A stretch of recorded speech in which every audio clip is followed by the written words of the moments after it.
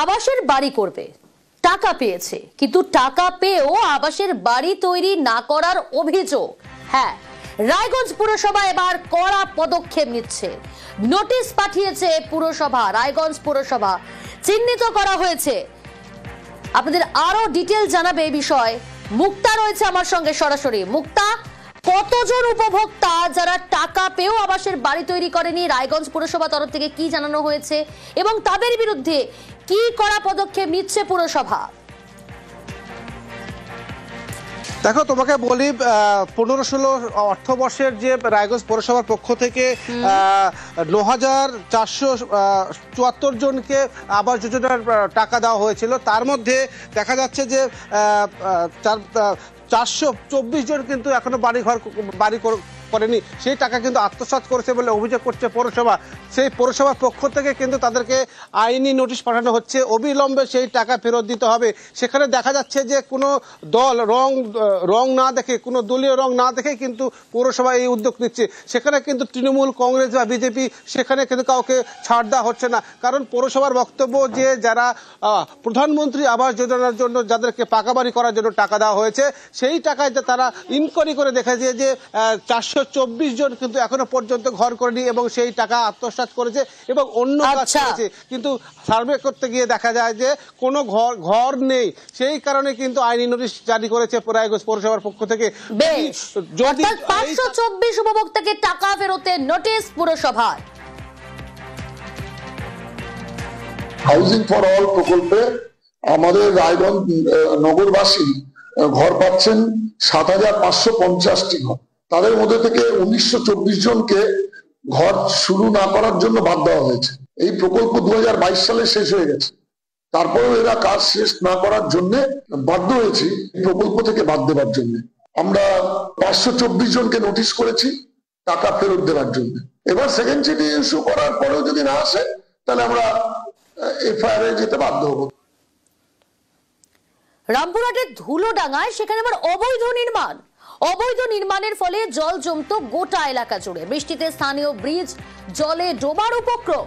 অবৈধ নির্মাণ ভেঙে নিকাশি নালা সংস্কার, সেই নিকাশি নালা সংস্কারের কাজ ইতিমধ্যেই শুরু হয়েছে। আরো ডিটেইল জানাবে অক্ষয় রয়েছে আমার সঙ্গে। অক্ষয়, দেখো, তোমাকে জানিয়ে রাখি, রামপুরহাট পৌরসভার যে 16 নম্বর ওয়ার্ড, সেই 16 নম্বর ওয়ার্ড এলাকায় কিন্তু অল্প বৃষ্টি হলে জলমগ্ন হয়ে পড়ছিল এলাকায়। এর ফলে সাধারণ মানুষের সমস্যা হচ্ছিল চলাচল করতে।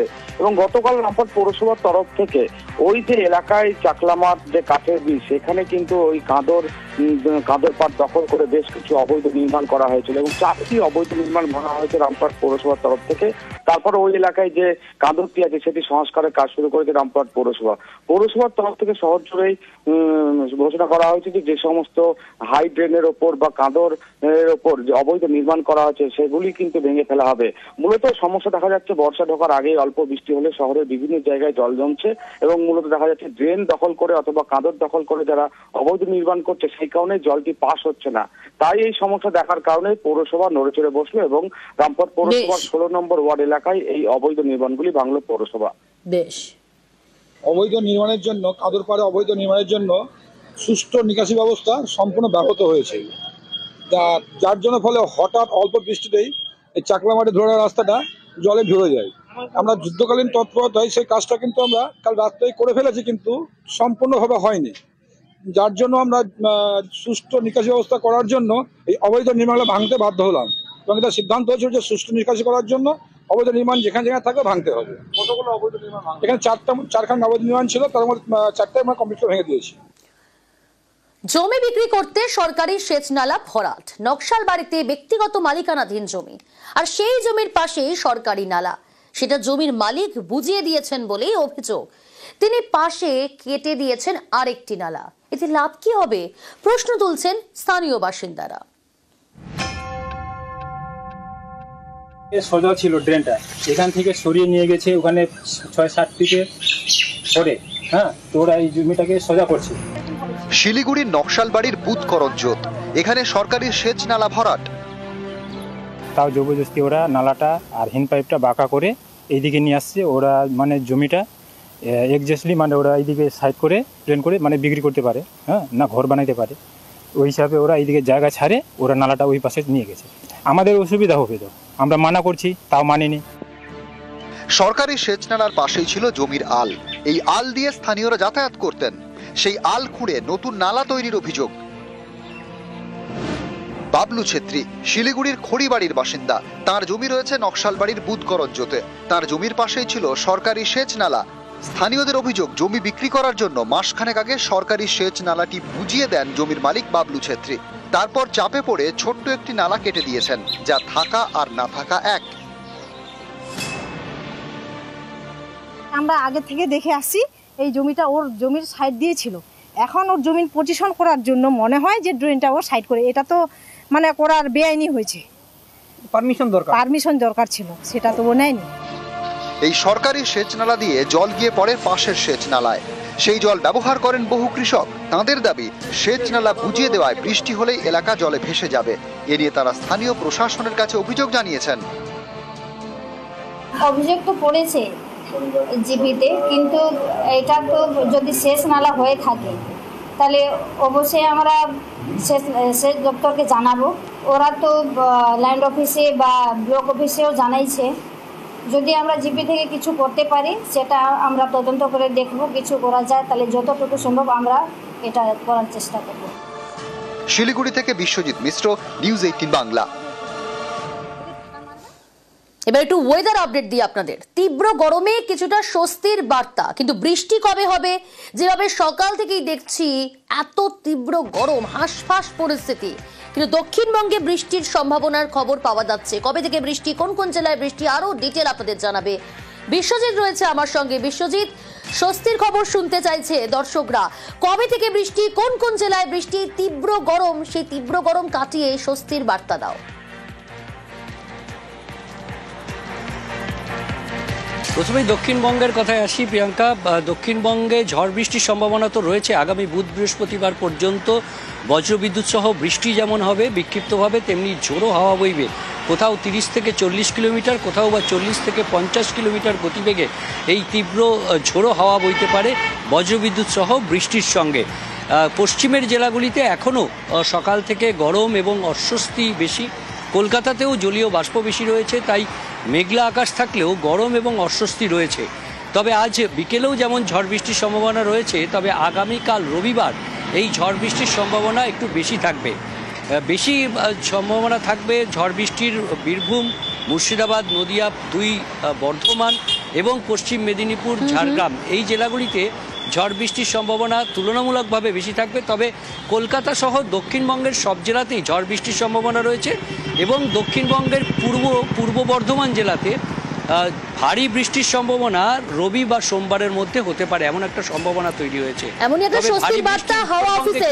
দক্ষিণবঙ্গের পাশাপাশি উত্তরবঙ্গের খবরও জানতে চাইবো বিশ্বজিৎ। একদমই, উত্তরবঙ্গে যেমন দক্ষিণবঙ্গের এক জেলায় ভারী বৃষ্টির সম্ভাবনা রয়েছে রবি সোমবার, কিন্তু উত্তরবঙ্গে এখন ভারী বৃষ্টি চলবে। ওপরের দিকে যে জেলাগুলো অর্থাৎ দার্জিলিং, কালিম্পং, আলিপুরদুয়ার, কোচবিহার, জলপাইগুড়ি এবং যে নিচের দিকের জেলার মধ্যে শুধুমাত্র উত্তর দিনাজপুর, অর্থাৎ এই 6 জেলা, ওপর থেকে 5 জেলা এবং নিচের দিকের 1 জেলা উত্তর দিনাজপুর, এই 6 জেলাতেই ভারী বৃষ্টির সম্ভাবনা রয়েছে। তবে ঝড় বৃষ্টি হবে মালদা সহ উত্তরবঙ্গের সব জেলাতেই আগামী বুধ বৃহস্পতিবার পর্যন্ত এই ঝড় বৃষ্টির সম্ভাবনা থাকবে। তবে উত্তর দিনাজপুরে আগামী সোমবার পর্যন্ত ভারী বৃষ্টির সম্ভাবনা থাকবে। প্রিয়াঙ্কা,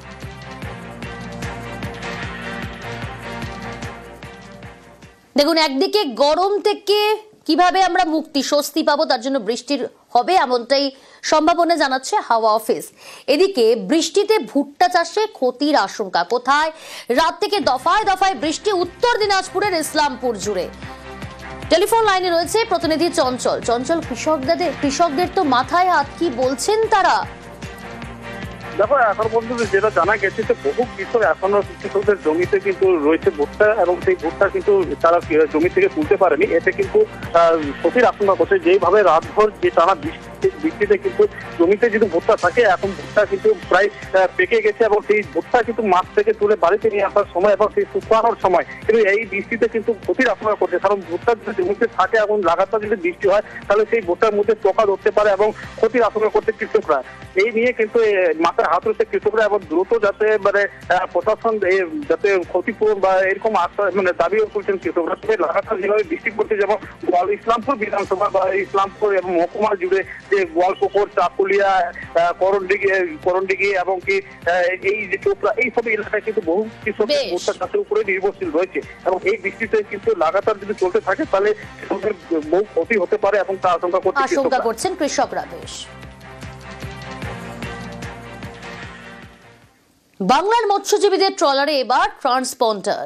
মৎস্যজীবীদের নিরাপত্তা সুরক্ষায় অত্যাধুনিক প্রযুক্তি 2-way MSS ট্রান্সপন্ডারে বিপদ সংকেত পাঠানোর সুবিধা। মাঝ সমুদ্রের ট্রলারের অবস্থান জানা যাবে সহজেই। ট্রান্সপন্ডারের সাহায্যে দুর্যোগের সময়ও পাঠানো যাবে জরুরি বার্তা। দিগ্ভ্রান্ত ট্রলারকে ফেরাতেও সাহায্য করবে এই ট্রান্সপন্ডার। বাংলাদেশ শ্রীলঙ্কার জলসীমায় ঢুকে পড়লেও অনায়াসে পাঠানো যাবে রেডিও সিগন্যাল। রেডিও সিগন্যালের মাধ্যমেই ফেরানো যাবে দিগ্ভ্রান্ত ট্রলার। মৎস্য বিভাগের উদ্যোগে খুশি ট্রলার মালিক থেকে মৎস্যজীবীরা। ট্রান্সপন্ডার যে যন্ত্রটা বসছে, এটা মৎস্যজীবীদের ব্যাপক উপকার হবে। এই মেশিনের মাধ্যমে প্রাকৃতিক দুর্যোগ ঝড়ঝন্ডা যখন আসবে তখনই এই মেশিন কিন্তু মেসেজ দিয়ে দেবে সমুদ্রে কোথায় কি মাছ আছে বেশি কম। এই যন্ত্রের মাধ্যমে আপনি মেসেজ পাবেন। হয়তো দেখা যাচ্ছে এমন একটা হয়েছে যে যন্ত্রচালিত বোটটি বিকল হয়ে যাচ্ছে, সমুদ্রে ডুবে যাচ্ছে, সঙ্গে সঙ্গে এই মেশিনের মাধ্যমে আপনি কিন্তু পেয়ে যাবেন। এইটা আপনার কোস্টগার্ডের মাধ্যমে, আপনার স্যাটেলাইটের মাধ্যমে এই বার্তাটা চলে যাবে, সঙ্গে সঙ্গে তারা এসে আপনাকে রেস্কিউ করবে। বিশাল উপকারে লাগবে এই যন্ত্রটি।